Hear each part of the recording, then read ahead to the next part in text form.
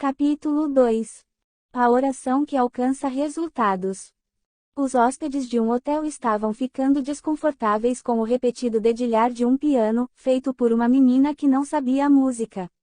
Eles reclamaram com o proprietário para que o incômodo parasse.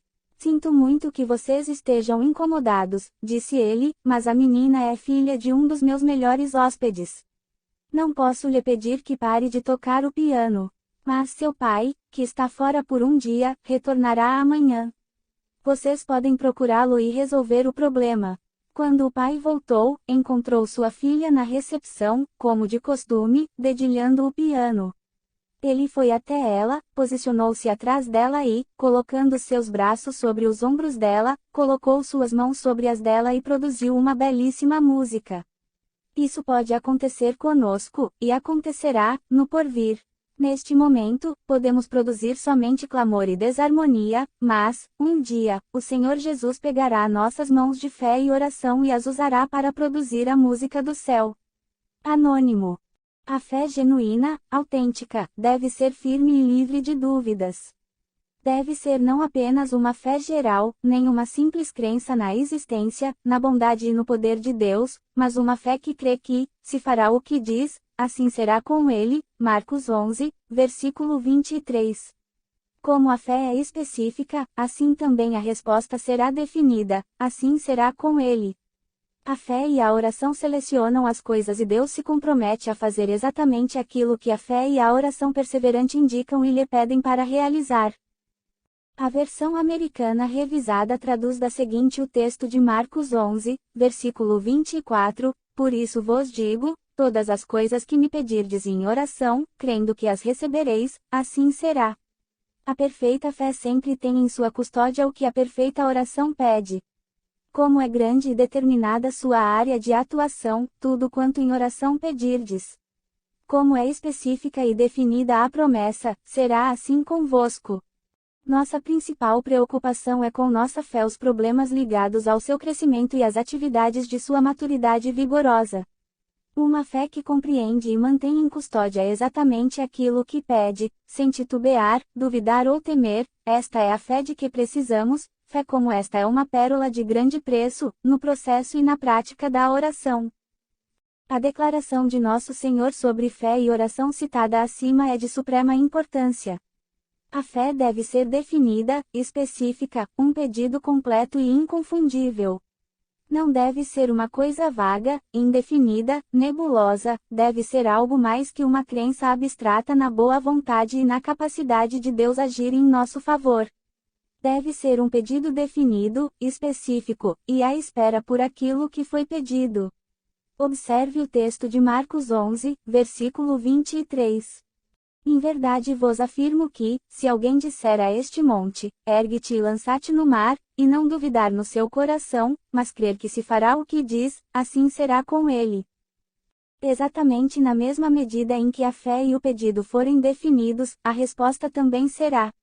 A resposta não deve ser diferente daquilo que foi pedido em oração, mas exatamente aquilo que foi buscado e pedido. Assim será com ele. A ideia é imperativa, assim será. A concessão deve ser ilimitada, tanto em quantidade quanto em qualidade. A fé e a oração selecionam aquilo que será pedido, determinando, assim, o que Deus fará.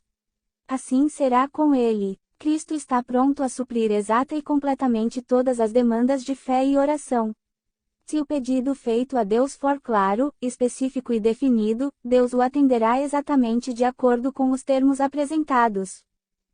A fé não é uma crença abstrata na palavra de Deus, nem uma mera aceitação mental, nem um mero assentimento do entendimento e da vontade, nem uma aceitação passiva de fatos, por mais sagrado ou perfeito que seja tudo isso. A fé é uma operação de Deus, uma iluminação divina, uma santa energia implantada pela palavra de Deus e pelo Espírito na alma humana, um princípio espiritual e divino que pega o sobrenatural e o torna compreensível pelas faculdades de tempo e sentido. A fé lida com Deus e é consciente de Deus. Ela lida com o Senhor Jesus Cristo e vê nele um Salvador. Ela lida com a palavra de Deus e agarra à verdade. Ela lida com o Espírito de Deus e é energizada e inspirada por seu fogo santo. Deus é o grande objetivo da fé, pois a fé coloca todo o seu peso sobre sua palavra. A fé não é um ato sem objetivo da alma, mas um olhar para Deus e um descanso sobre suas promessas. Assim como o amor e a esperança sempre têm um objetivo, a fé também tem. A fé não é crer apenas em alguma coisa, é crer em Deus, descansar nele e confiar em sua palavra. A fé dá origem à oração e fica mais forte, bate mais fundo e se eleva mais alto nas lutas de petições poderosas. A fé é a substância das coisas que se espera, a certeza da realização da herança dos santos. A fé, também, é humildade e perseverança. Ela pode esperar e orar. Ela pode se colocar sobre os joelhos ou deitar no pó. Ela é a grande condição da oração. Sua falta está na raiz de toda oração pobre, de toda oração frágil, de toda oração pequena, de toda oração não respondida. A natureza e o significado da fé são mais demonstráveis por aquilo que ela faz que em razão de alguma definição que lhe é dada. Assim, se nos voltarmos para o relato de fé que nos é dado naquela grande e honrosa galeria de fé, Hebreus 11, veremos algo dos maravilhosos resultados da fé. Que gloriosa lista é esta, daqueles homens e mulheres de fé! Que maravilhosas realizações estão registradas ali e reunidas para o crédito da fé. O escritor inspirado, esgotando seus recursos ao catalogar os santos do Antigo Testamento, que foram notáveis exemplos de fé maravilhosa, finalmente exclama: E o que mais direi? Certamente me faltará o tempo necessário para referir o que há a respeito de Gideão, de Baraque, de Sansão, de Jefté, de Davi, de Samuel e dos profetas. Hebreus 11, versículo 32. E, então, o escritor de Hebreus continua novamente, em um estilo maravilhoso, falando das façanhas não registradas realizadas pela fé dos homens da antiguidade, homens dos quais o mundo não era digno. Todos estes, diz ele, obtiveram bom testemunho por sua fé, Hebreus 11, versículo 38. Que era de realizações maravilhosas nasceria para a Igreja e o mundo se apenas pudesse ser reproduzida uma raça de santos de fé tão poderosa como esta, de oração tão maravilhosa. Não é de pessoas intelectualmente notáveis que a Igreja precisa, nem são pessoas ricas que o tempo requer. Não são pessoas de grande influência que esta época requer. Acima de tudo e de todos, é de homens de fé, homens de oração poderosa, homens e mulheres parecidos com os santos e heróis mencionados em Hebreus, que obtiveram bom testemunho por sua fé, é de homens e mulheres como estes que a Igreja, o mundo e a humanidade precisam. Muitas pessoas, hoje, alcançam bom testemunho, por causa de suas doações financeiras, de suas grandes capacidades mentais e de seus grandes talentos, mas poucos alcançam bom testemunho, por causa de sua grande fé em Deus ou por causa das coisas maravilhosas que estão sendo realizadas por meio de sua grande oração. Hoje, assim como em qualquer época, precisamos de pessoas de grande fé e de pessoas que sejam grandes em oração. Estas são as duas virtudes cardeais que tornam as pessoas grandes aos olhos de Deus, as duas coisas que criam condições de verdadeiro sucesso espiritual na vida e na obra da Igreja. Nossa principal preocupação é ver que mantemos uma fé desta qualidade e textura, como importa diante de Deus, uma fé que alcança e mantém aquilo que pediu, sem duvidar e sem temer. A dúvida e o temor são os dois inimigos gêmeos da fé. Às vezes, eles realmente usurpam o lugar da fé e, embora oremos, é uma oração impaciente e inquieta que oferecemos, ansiosa e, geralmente, cheia de reclamações. Pedro falhou em andar sobre as águas porque permitiu que as ondas quebrassem sobre ele e afundassem o poder de sua fé. Desviando seus olhos do Senhor e reparando na água que havia ao seu redor, começou a afundar e teve que clamar por socorro: salva-me, Senhor. Mateus 14, versículos 30. As dúvidas nunca devem ser alimentadas e os temores nunca devem ser acolhidos. Que ninguém alimente a ilusão de que é um mártir por temer e duvidar. Não há mérito para a capacidade mental de uma pessoa em alimentar dúvida de Deus e, provavelmente, nenhum conforto pode ser extraído de um pensamento como esse. Nossos olhos devem ser desviados de nós mesmos, removidos de nossa fraqueza e apoiados implicitamente na força de Deus. Não abandoneis, portanto, a vossa confiança, ela tem grande galardão. Hebreus 10, versículo 35. Uma fé simples e confiante, que vive dia após dia e coloca seu fardo sobre o Senhor, a cada hora do dia dissipará o temor, expulsará o receio e se libertará da dúvida. Não andeis ansiosos de coisa alguma, em tudo, porém, sejam conhecidas, diante de Deus, as vossas petições, pela oração e pela súplica, com ações de graças. Filipenses 4, versículo 6. Esta é a cura divina para todo temor, ansiedade e preocupação indevida da alma, tudo o que é estreitamente associado à dúvida e à incredulidade. Esta é a prescrição divina para assegurar a paz que ultrapassa todo o entendimento e manter o coração e a mente em quietude e paz. Todos nós precisamos observar atentamente a advertência feita em Hebreus. Tende cuidado, irmãos, jamais aconteça haver em qualquer de vós perverso coração de incredulidade que vos afaste do Deus vivo. Hebreus 3, versículo 12. Precisamos, também, nos prevenir contra a incredulidade como nos prevenimos contra um inimigo. A fé precisa ser cultivada. Precisamos continuar orando. Aumenta-nos a fé. Lucas 17, versículo 5, pois a fé pode ser aumentada. O desejo de Paulo aos Tessalonicenses foi que sua fé crescesse sobremaneira. A fé é aumentada pelo exercício, sendo coloca em uso. Ela é alimentada por provas dolorosas. Para que, uma vez confirmado o valor da vossa fé, muito mais preciosa do que o ouro perecível, mesmo apurado por fogo, redunde em louvor, glória e honra na revelação de Jesus Cristo. 1 Pedro 1, versículo 7. A fé se desenvolve lendo e meditando sobre a palavra de Deus. Mais que isso, e o melhor de tudo, a fé floresce em uma atmosfera de oração. Seria bom se todos nós parássemos e perguntássemos para nós mesmos: tenho fé em Deus? Tenho fé verdadeira, fé que me mantém em perfeita paz a respeito das coisas da terra e do céu? Esta é a pergunta mais importante que uma pessoa pode fazer e esperar ser respondida.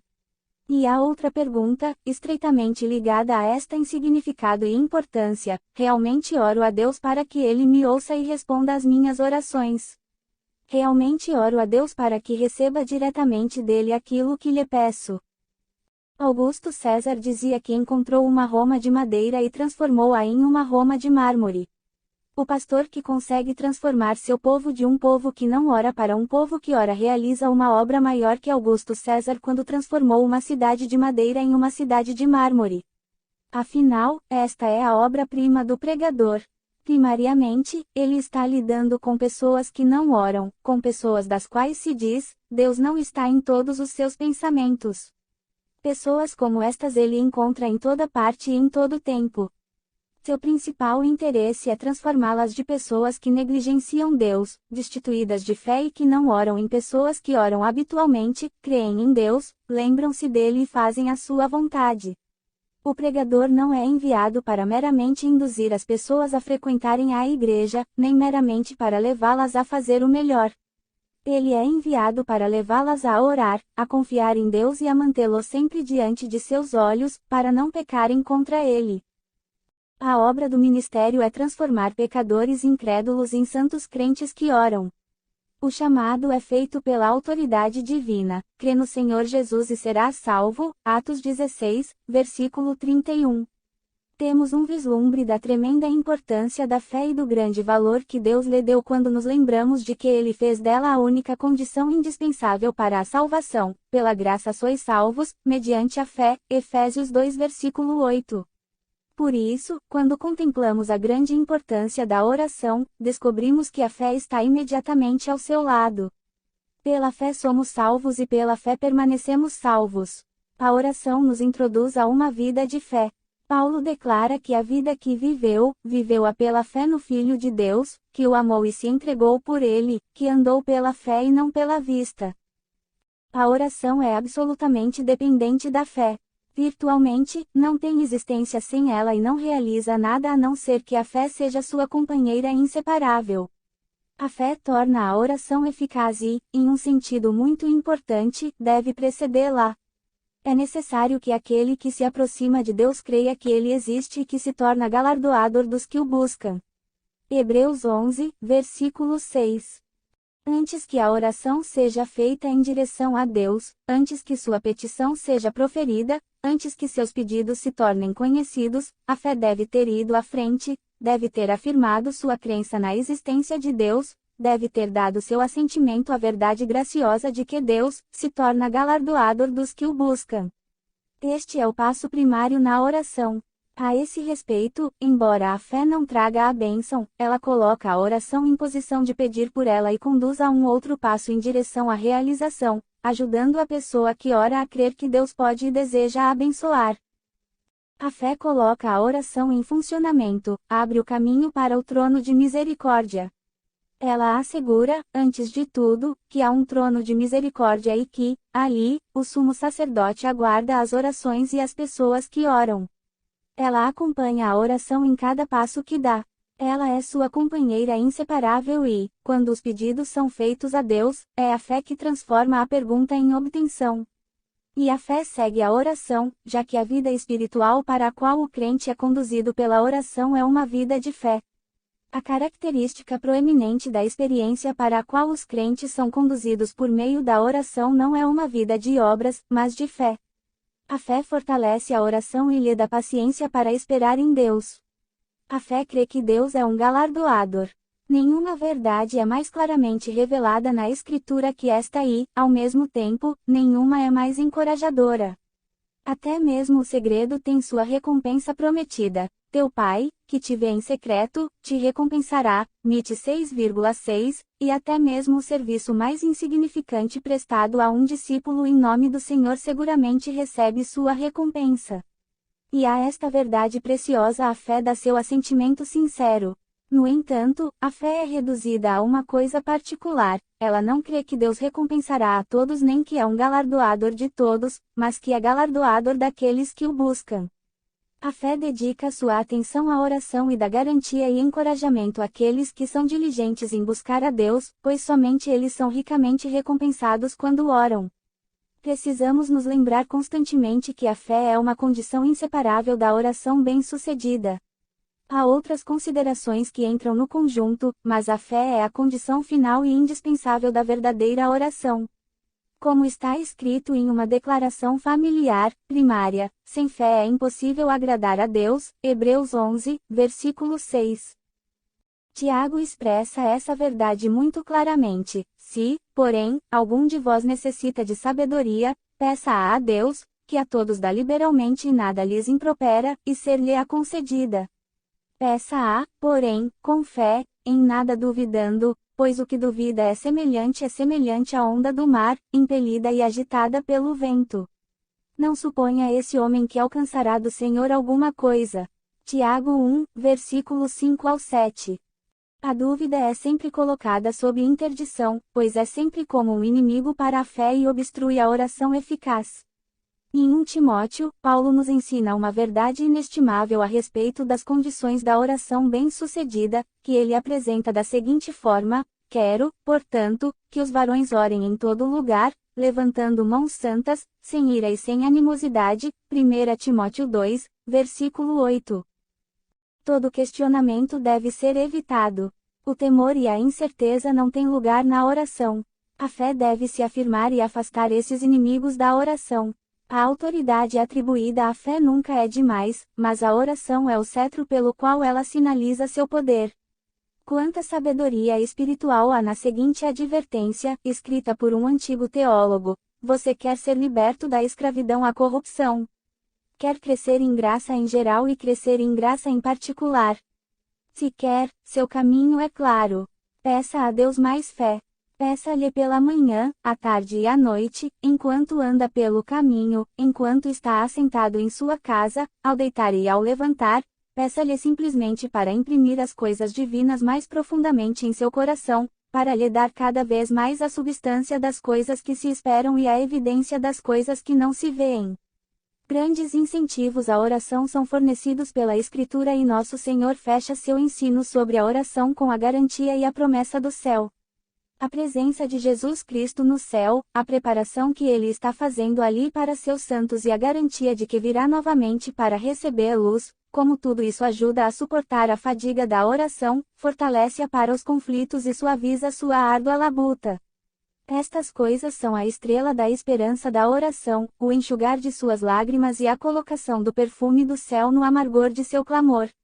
O espírito de peregrino facilita muito a oração.